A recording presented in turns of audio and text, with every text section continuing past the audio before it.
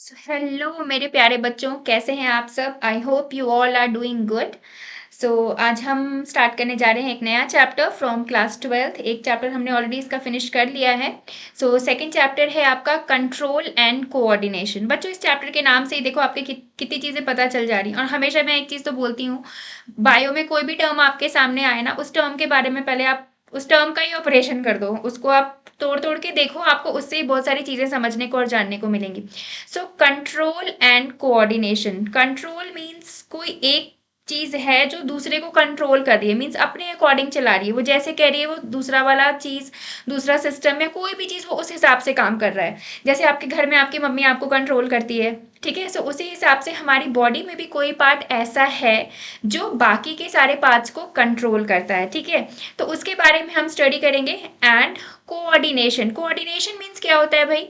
Coordination means देखो, हमारी body में पार्ट्स कितने सारे हैं, ऑर्गन्स इतने सारे हैं, तो वो ऑर्गन्स एक दूसरे से फ्री होके काम करते हैं क्या, या एक दूसरे के साथ मिलजुल के कोऑर्डिनेशन से काम करते हैं? आपके स्कूल में कोई एनुअल फंक्शन वगैरह होता है, कोई भी चीज़ होती है जिसमें आप ग्रुप में परफॉर्मेंस करते हो, तो उसमें आपकी कोऑर्डिनेशन बहुत ज़्यादा इंपॉर्टेंट होती है। आप एक दूसरे को कितना कोऑर्डिनेट कर रहे हो, डैट मीन्स एक दूसरे के साथ मिलके कितना काम कर रहे हो, वो चीज़ बहुत ज़्यादा मायने रखती है। So same thing is applied in our body also. So बच्चों, ह्यूमन में एक ये फीचर देखने को मिलता है कि हमारी जो ग्रोथ है ना, वो आप सोचो, अगर हम अपने खुद बॉडी की ग्रोथ के बारे में बात करें तो हमारी ये फिंगर्स, 5 फिंगर्स आपको एक हाथ में दिखती हैं और दूसरे हाथ में भी आपके 5 फिंगर्स है। लेकिन आप सोचो कि कभी ऐसा होता है कि किसी इंसान के एक हाथ की ये वाली उंगली इतनी छोटी रह गई और दूसरे हाथ की उंगली बहुत ज़्यादा बड़ी हो गई, या फिर कोई भी मिडिल फिंगर को आप ले लो, हमारे दोनों हाथों के फिंगर्स की लेंथ आप देखो बिल्कुल बराबर होती है, बिल्कुल एक बराबर ये लेंथ होती है। इसके अलावा अगर हमारे अपने दोनों हम आइज़ के बारे में बात करें, दोनों अपने हम ये आर्म्स के लेंथ के बारे में बात करें, ये बहुत सारे आपको एग्जाम्पल्स अपनी बॉडी में ही देखने को मिल जाएंगे, जहां आपको ये सोचना पड़ेगा कि आखिर कौन सी चीज़ इन चीज़ों को कंट्रोल करती है, कि किस किस पार्ट की ग्रोथ कितनी होनी है। कोई तो होगा बताने वाला कि ग्रोथ जो है वो कितनी होनी है। नहीं तो ऐसा तो होता नहीं कि हमारी उंगली लाइफ टाइम बढ़ती ही रहती है, ऐसे तो फिर ये बढ़ती जाती, बड़ी होती जाती, बड़ी होती जाती। लेकिन ऐसा तो होता नहीं है, एक टाइम पे आके जो ग्रोथ है वो रुक जाती है। तो इस फिंगर को कैसे पता चलता है कि अब मुझे इसके आगे ग्रो नहीं करना? ठीक है, कुछ पार्ट्स ऐसे भी होते हैं जो लाइफ टाइम ग्रो करते रहते हैं, लेकिन कुछ बॉडी के पार्ट्स ऐसे हैं जो एक स्टेज पे आके रुक जाते हैं। उनको कहीं ना कहीं हमारी बॉडी के अंदर से सिग्नल मिल जाता है कि अब बस करो, अब तुम्हें इसके आगे ग्रो नहीं करना है, ठीक है। तो इस चैप्टर में हम यही चीज पढ़ने जा रहे हैं बच्चों, कि आखिर हमारी बॉडी के अंदर वो कौन सा पार्ट है जो इन सब चीजों को कंट्रोल करता है। ग्रोथ जैसी जो चीज है वो आखिर किससे कंट्रोल होती है, ठीक है। सो यहाँ पे आप देखो, लिविंग ऑर्गेनिजम्स, जो हम लिविंग ऑर्गेनिजम्स हैं, हम क्या करते हैं, हमारे एटमॉस्फेयर में अगर कोई सडन चेंज हो तो हम रिस्पॉन्ड करते हैं। हम ऐसे नहीं है कि कुछ भी बदला हमें पता ही नहीं चला, कहीं अचानक से हीट आ गई, कहीं से लाइट आ गई, कहीं से प्रेशर हो गया, हमने कुछ टच कर लिया और हम तो भाई जो कर रहे हैं हम वैसे ही करते रहेंगे। ऐसा हमारे साथ नहीं होता है। मैं अभी आपसे बात कर रही हूँ, लेकिन बाई चांस अगर मेरा हाथ किसी हॉट ऑब्जेक्ट पे गया ना, तो मुझे पता भी नहीं चलेगा कब मैंने अपना हाथ ऐसे वापस की तरफ, पीछे की तरफ खींच लिया। तो ये क्यों होता है? क्योंकि लिविंग बींग्स जो है वो रिएक्ट करते हैं, और with in a fraction of second react करते हैं। उनको सोचने का भी कुछ स्टिमुलाई के लिए हम ऐसे रिएक्ट करते हैं कि हमें सोचना भी नहीं पड़ता। हमें पता है कि अगर हमने कोई हॉट ऑब्जेक्ट को टच किया तो हमें अपना हाथ पीछे करना है। मैंने ध्यान भी नहीं दिया था कि मैंने कुछ टच किया, लेकिन मेरा हाथ खुद ब खुद पीछे आ गया। आखिर ये कैसे होता है?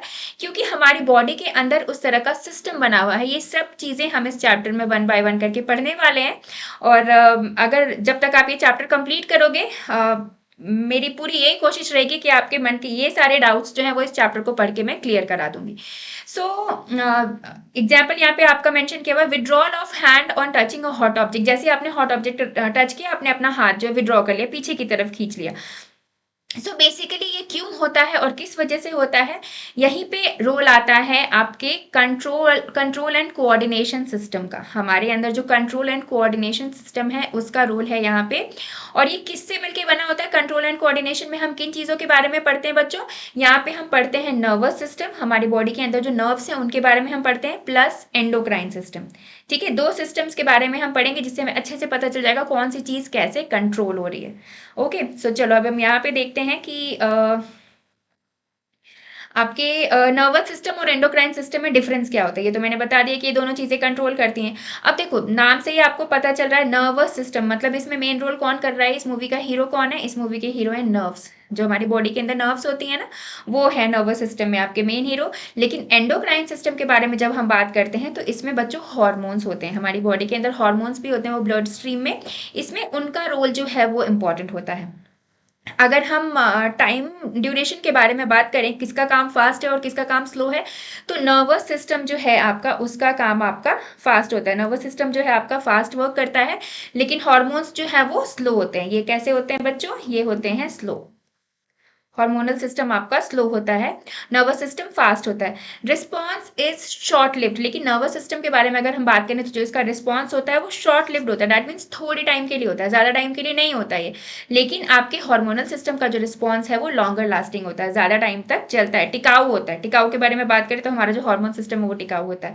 Impulse act on individual cells, आपके जो नर्वस सिस्टम है वो इंडिविजुअल सेल्स पे करते हैं इफेक्ट, लेकिन हार्मोनल सिस्टम में क्या होता है? वाइड स्प्रेड इफेक्ट्स होते हैं आपके, मतलब ज़्यादा एरिया कवर करते हैं on different organs, still only work on cells organs with correct receptors. और ये देखो सेल्स ऑर्गन्स तक अपना फंक्शन दे रहे हैं। वाइड स्प्रेड मतलब ज़्यादा एरिया कवर करते हैं, जो आपके हॉर्मोन्स होते हैं ना, ज़्यादा एरिया कवर करके अपना फंक्शन करते हैं ये।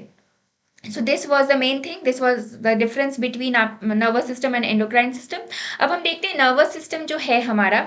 और बच्चों यहाँ पे एक चीज़ और मैं आपको बताना चाहूँगी, जैसे देखो अगर हम यहाँ पे कंपेयर कर ही रहे हैं नर्वस सिस्टम और एंडोक्राइन सिस्टम को, तो हमारी जो बॉडी के नर्व्स होते हैं ना बच्चों, वो बॉडी किससे मिलके बनी है? आपकी सेल्स और टिश्यूज से मिलके बनी हुई है। छोटे छोटे सेल्स हैं जो बॉडी में भरे पड़े हैं, हर जगह आपको सेल्स, और सेल्स का जो ग्रुप है जिनको हम टिश्यूज बोल रहे हैं। तो जो नर्व्स है ना आपके, वो ऑर्गन्स तक तो जा रहे हैं, लेकिन ईच सेल तक नहीं जाते ये, ठीक है। मतलब पर्टिकुलर एक एक इंडिविजुअल सेल पे जाके ये पूरा अपना वर्क नहीं कर पाते, जबकि जो आपके हॉर्मोन्स हैं ये ब्लड स्ट्रीम के साथ जा रहे हैं। देखो ब्लड तो बॉडी में एक एक जगह पे है ना, एक एक पार्ट तक ब्लड गया हुआ है, तो आपका जो ब्लड है वो हर जगह जाके, मतलब स्मॉलेस्ट सेल तक जाके जो है अपना काम करता है। तो इसीलिए अगर हम ग्रोथ जैसी चीज़ के बारे में बात करें, कोई चीज़ ग्रो होती है, सपोज हमारे ही पार्ट्स में ग्रो हो रहा है, फिंगर्स हमारी ग्रो कर रही हैं, हमारे हैंड्स में ग्रोथ हो रही है, लेग्स में ग्रोथ हो रही है, तो जो ग्रोथ जैसा फैक्टर है बच्चों, वो नर्व से कंट्रोल नहीं होता। ग्रोथ किससे कंट्रोल होता है? हार्मोन से। हमने सुना है ना ग्रोथ हार्मोन, अक्सर बातचीत में हम कभी सुनते हैं, साइंस में ग्रोथ हार्मोन्स होते हैं।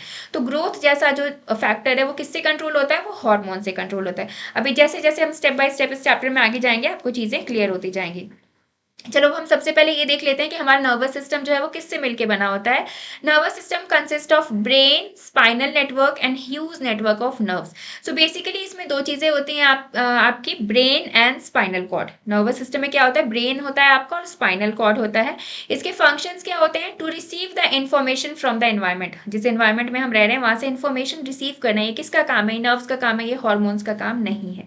To receive the information from various body parts, और हमारे जो बॉडी पार्ट्स वो रिस्पॉन्स कैसे कर रहे हैं, ये सब चीज़ें भी कौन रिसीव करता है? नर्व्स जो है हमारे, वही रिस्पॉन्स कर रही हैं। स्टिमुलाई रिस्पॉन्स मीन्स हम किसी भी स्टिमुलस के लिए, जैसे हीट है, कोल्ड है, प्रेशर है, टेम्परेचर है, उसके लिए हमारी बॉडी ने कैसा रिस्पॉन्स किया, ये सारी इन्फॉर्मेशन नर्व्स जो है वही गेन करती हैं।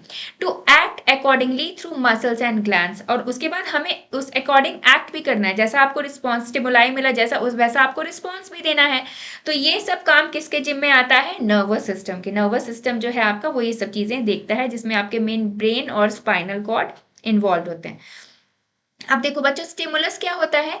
एनी चेंज इन एनवायरनमेंट, हमारे एनवायरनमेंट में कोई सा भी चेंज हो, any change in environment to which organisms respond, जिसके लिए हम रिस्पॉन्ड करते हैं, ठीक है, उसको हम स्टिमुलस बोलेंगे। अगर कुछ वैसा बहुत ही छोटा चेंज है जिसके लिए हमारी बॉडी ने रिस्पॉन्ड ही नहीं किया, तो वो स्टिमुलस नहीं होगा। लेकिन अगर हमारी बॉडी किसी भी तरीके से रिस्पॉन्ड कर रही है, so that will be called stimulus. तो उसको हम क्या बोलते हैं? हम बोलते हैं स्टिमुलस।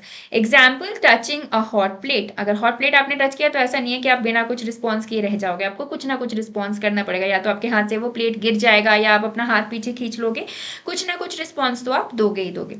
अब देखो रिस्पॉन्स क्या होता है? The reaction of our body to a stimulus. किसी भी स्टिमुलस के लिए हमारी बॉडी ने जो भी रिएक्शन किया है, that will be called response. As for example, withdrawal of our hand on touching the hot plate, जो मैंने अभी आपको बताया ना, जैसे हमने हॉट प्लेट को हॉट किया, बहुत कोल्ड प्लेट भी होगा तभी भी आप ज़्यादा टाइम तक उसको पकड़ के नहीं रख पाओगे। ये एक बस एग्जाम्पल है कि जो भी हम रिस्पॉन्स देते हैं किसी सडन चेंज के लिए, दैट इज कॉल्ड रिस्पॉन्स। चलो अब हम देख लेते हैं कि नर्वस सिस्टम बेसिकली होता क्या है। सो नर्वस सिस्टम बच्चों आपके दो तरह का होता है। नर्वस सिस्टम जो है आपका वो दो तरह का होता है, एक होता है सेंट्रल नर्वस सिस्टम, दूसरा होता है पेरिफेरल नर्वस सिस्टम।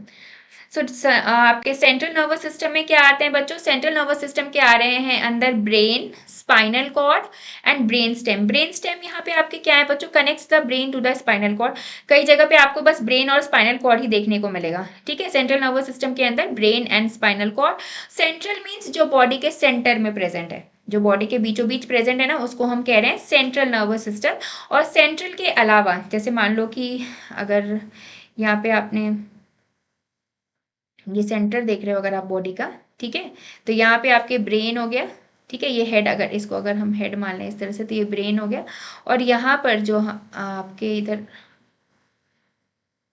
वाला जो पार्ट होता है, यहाँ पे आपके स्पाइनल कॉर्ड प्रेजेंट होती है। तो ये बॉडी के सेंटर में प्रेजेंट है आपके, दैट मीन्स दैट्स वाई इसको हमने सेंट्रल नर्वस सिस्टम के अंदर रखा है। और पेरिफेरल मीन्स जो सेंट्रल के अलावा इधर प्रेजेंट है आपके, इधर भी प्रेजेंट हो सकता है, इधर भी प्रेजेंट हो सकता है, उसको हम पेरिफेरल नर्वस सिस्टम बोल रहे हैं। दैट मीन्स वो सेंटर में नहीं है, पेरीफेरी में है, मतलब चारों तरफ फैला हुआ है लेकिन सेंटर में नहीं है। सो सेंट्रल नर्वस सिस्टम में आपके आगे ब्रेन एंड स्पाइनल कॉर्ड। और पेरिफेरल नर्वस सिस्टम में आपके क्या आते हैं? The body is link to the outside world. अब हमारी बॉडी आउटसाइड से कैसे कनेक्टेड है? जैसे इसमें फर्स्ट आपका आता है ऑटोनॉमिक नर्वस सिस्टम। पेरिफेरल को हमने फर्दर दो पार्ट्स में डिवाइड किया है। फर्स्ट है autonomic nervous system and second is somatic nervous system. अब देखो ऑटोनॉमिक नर्वस सिस्टम में क्या आता है? Regulates involuntary body processes including heart rate. वैसी चीजें जिसमें आपको एफर्ट लगाने की जरूरत नहीं। ऑटोनॉमिक को आप ऑटोमेटिक से ऐड मतलब रिलेट कर सकते हो। ऑटोनॉमिक ऑटोमेटिक, जो चीजें खुद ब खुद हो रही, जैसे कि आपकी हार्ट रेट वो खुद ब खुद चल रही है। रिस्पिरेशन, सांस लेने के लिए हम अलग से मेहनत करते हैं क्या? नहीं करते, सांस तो हम खुद ब खुद लेते रहते हैं। डाइजेशन, आपने कोई चीज खाया तो उसका डाइजेशन कैसे होना है, इसके लिए आपको अलग से मेहनत करने की जरूरत नहीं है, कुछ एफर्ट नहीं लगाते हम, हमारी बॉडी खुद ब खुद करती है, ठीक है। प्यूपिल कॉन्ट्रैक्शन, जो आईज के अंदर प्यूपिल होता है वो कॉन्ट्रैक्ट कब हो रहा है, उसके लिए हमें कुछ नहीं करना। सो ये सारे जो फंक्शंस हैं ये किसके अंडर आते हैं? Autonomic nervous system. और सोमैटिक नर्वस सिस्टम क्या होता है बच्चों? It carries sensory information from sensory organs to the CNS. अब ये क्या करता है? सेंसरी ऑर्गन्स, मतलब जिसमें हमें रिस्पॉन्स करना है, जिसमें हमें अपने एफर्ट्स लगाने हैं, तो उसमें आपके क्या होता है? It carries sensory information. जो सोमैटिक नर्वस सिस्टम है ये इंफॉर्मेशन कैरी करता है from sensory organs to the CNS, that is central nervous system. जो आपके सेंसरी ऑर्गन्स है ना, सेंस ऑर्गन्स जो हमारे होते हैं, वहां से ये इंफॉर्मेशन लेके सेंट्रल नर्वस सिस्टम तक भेजता है and relays motor commands to muscles controls voluntary movements. और उसके बाद ये क्या करता है? मसल्स को कमांड देता है। जैसे पहले तो इसने सेंसरी ऑर्गन्स से भेज दिया मैसेज लेके सेंट्रल नर्वस सिस्टम तक, आपके ब्रेन तक मैसेज पहुंच गया। उसके बाद हमें क्या करना है? आपके मसल्स को किस तरह से मूव करना है, कौन सा पार्ट कैसे मूव करेगा, फिर ये कमांड भी देता है। तो ये आते हैं आपके वॉलेंट्री मूवमेंट्स, जिसको हम कर रहे हैं, जो हमारी मर्जी से हो रहा है, ठीक है। अब आपके ऑटोनॉमिक नर्वस सिस्टम को फर्दर हमने दो पार्ट्स में डिवाइड किया है। फर्स्ट है sympathetic nervous system and second is parasympathetic nervous system.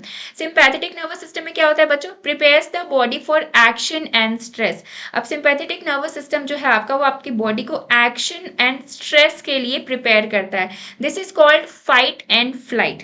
Fight and flight आपका मोड होता है बॉडी का, उसके लिए प्रिपेयर कर। जैसे आपको अचानक बहुत ज्यादा गुस्सा आ गया, ठीक है, किसी चीज पे हमें बहुत ज्यादा गुस्सा, तो आप देखते हो हमें ऐसा बहुत ऐसा लगने लगता है जैसे बॉडी के अंदर का टेम्परेचर बढ़ रहा है। कितने लोगों के जो ये कान है ये रेड रेड से होने लगते हैं, कुछ लोगों के नोज रेड होने लगते हैं, आंखें बड़ी हो जाती हैं हमारी।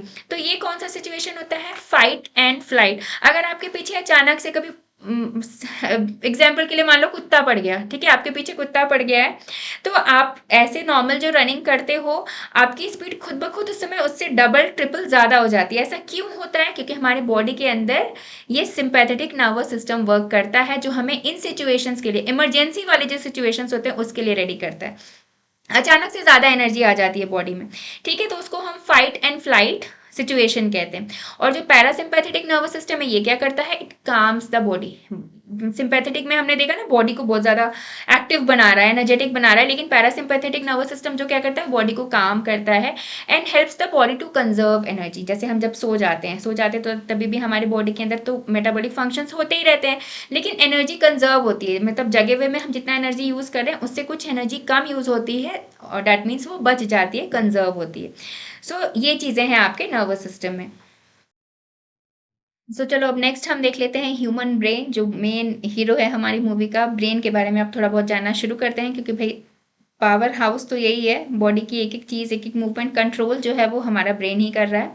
So what is human brain? Human brain is a highly complex organ. अब बच्चों, कॉम्प्लेक्स होना तो इसका बनता है ना, जो हीरो है वो थोड़ा बहुत स्टाइल तो दिखाता ही है, तो आपका ब्रेन का कॉम्प्लेक्स होना बिल्कुल लाजमी है, क्योंकि इसको बहुत सारे काम करने हैं। अगर ब्रेन एक बार को काम करना बंद करते तो इंसान पागल ही हो जाता है, तो इसका तो कॉम्प्लेक्स होना बनता ही बनता है। Which is mainly composed of nervous tissue. और ब्रेन में क्या भरा हुआ है? आपके नर्वस टिश्यू, नर्व्स भरे हुए हैं, ठीक है। Brain is full of nervous tissue, और बहुत ही कम स्पेस में, आपके लेस स्पेस में बहुत सारे नर्वस टिश्यू जो है वो प्रेजेंट होते हैं।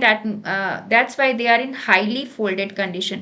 अब आप अगर किसी वायर लाइक स्ट्रक्चर को छोटे स्पेस में आपको फिट करना है, अब नर्व्स हमारे किस तरह से हैं, वो वायर जैसे हैं, तो ब्रेन के स्पेस में आपके बहुत सारे नर्व्स को होना है, तो वो क्या करेंगे, वो फोल्डेड कंडीशन में हो जाएंगे, हाईली फोल्डेड हो जाएंगे, और उसके बाद जाके ब्रेन में आपके प्रेजेंट होंगे।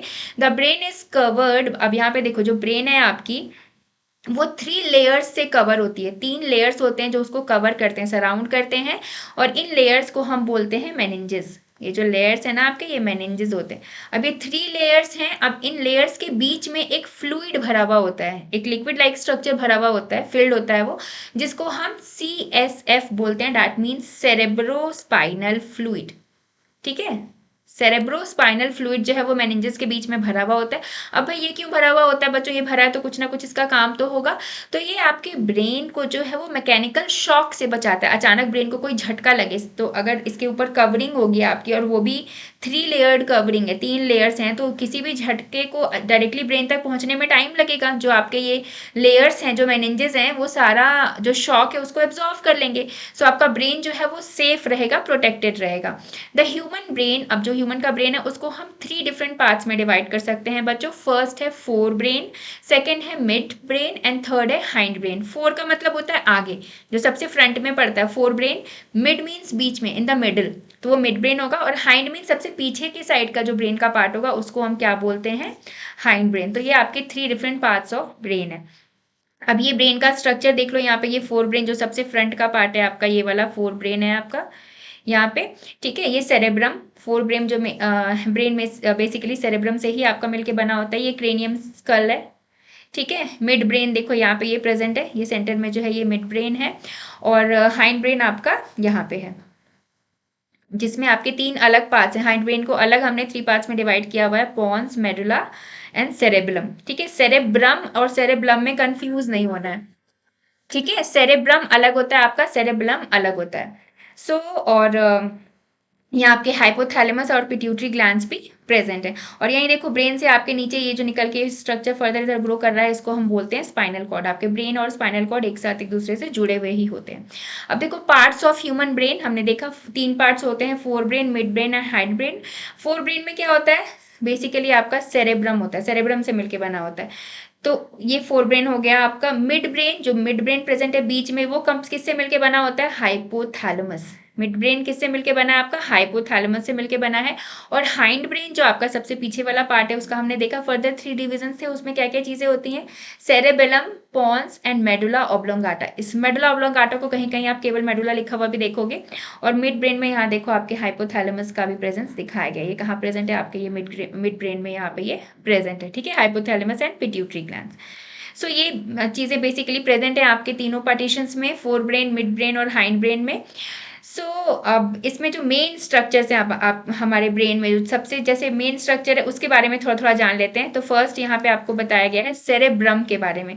The cerebrum is the largest part. यहाँ पे आपने देखा ना, यहाँ से यहाँ तक का पूरा पार्ट आपका सेरेब्रम है। तो ब्रेन का लार्जेस्ट पार्ट जो है आपका, वो कौन सा है? Cerebrum. It is divided into 2 हेमीस्फेयर्स। और सेरेब्रम जो है वो फर्दर 2 हेमीस्फेयर्स में डिवाइड है, जिसको हम सेरेब्रल हेमीस्फेयर बोलते हैं, ठीक है। अब सेरेब्रम फंक्शन क्या करता है भाई, इतना बड़ा पार्ट है तो कुछ काम तो करेगा। The cerebrum controls voluntary motor actions, जो वॉल्यूंट्री मोटर एक्शंस होते हैं उसको कौन कंट्रोल करता है, सेरेब्रम कंट्रोल करता है। It is the site of sensory perceptions like tactile and auditory perceptions. It is the seat of learning and memory. अब देखो इतना इंपॉर्टेंट काम है भाई इसका, लर्निंग एंड मेमोरी से रिलेटेड जितने भी आपके फंक्शंस होते हैं वो सब कौन कंट्रोल करता है, they are going to be controlled by cerebrum. वो सेरेब्रम से ही आपके कंट्रोल होते हैं। अब सेकंड है आपका हाइपोथैलेमस, ये भी बहुत इंपॉर्टेंट पार्ट है तो इसके बारे में देख लेते हैं हम। Hypothalamus lies at the base of the cerebrum. Cerebrum का जो बेस होता है वहां पे आपके हाइपोथैलेमस जो लाई करता है, मिड ब्रेन का पार्ट होता है actually. It control sleep and wake cycle. देखो सबके अलग अलग और कितने इंपॉर्टेंट फंक्शंस हैं। वेक साइकिल और स्लीप को कंट्रोल करता है। It also controls the urges for eating and drinking. जो हमें ईटिंग और ड्रिंकिंग की अर्ज होती है ना, पता चलता है कि अब भूख लगी है या प्यास लगी है, वो सब किसके थ्रू कंट्रोल होता है, it is controlled by hypothalamus. अब सेरेबेलम क्या करता है, सेरेबेलम के बारे में देख लेते हैं। हाइंड ब्रेन का पार्ट होता है ये। Cerebellum lies below the cerebrum. Cerebrum के नीचे ये प्रेजेंट होता है at the back of the whole structure. It coordinates the motor functions. छोटा दिमाग बोलते हैं ना, जो पीछे की तरफ, किसी को पीछे मारो तो कहते हैं पीछे की तरफ नहीं मारो, छोटा दिमाग होता है। सो वो यही पार्ट होता है आपका, सेरेबेलम होता है छोटा दिमाग जो हमारा होता है। It coordinates the motor functions when you are riding your bicycle, the perfect coordination between your pedalling and steering control. अब दो पार्ट्स अगर एक साथ आपके काम कर रहे हैं तो उनके बीच का कोऑर्डिनेशन ये कौन देखता है, सेरेबेलम देखता है। भाई बहुत इंपॉर्टेंट काम है फिर तो इसका, है ना। अगर आप साइकिल चला रहे हो तो आपका हाथ और पैर का जो पैडल मार रहे हो, आपकी हैंडल कहाँ मूव होनी चाहिए, वो सब चीजें एक साथ होती हैं। तो ये सब काम किसका है, कोऑर्डिनेशन का जो काम है वो सेरेबेलम का है।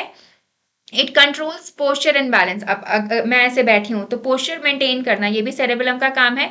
It controls the precision of the voluntary actions. और वॉलेंट्री एक्शंस के जो प्रिसीजन हैं वो भी आपके इसके थ्रू ही कंट्रोल होते हैं। सो नेक्स्ट हम आते हैं मेडुला। मेडुला का क्या फंक्शन है, medulla forms the brain stem along with the pons. Brain stem की फॉर्मेशन जो है वो कौन करता है, मेडुला करता है। It lies at the base of the brain and continues into the spinal cord. Spinal cord तक इसकी कंटिन्यूएशन होती है। The medulla controls various involuntary functions.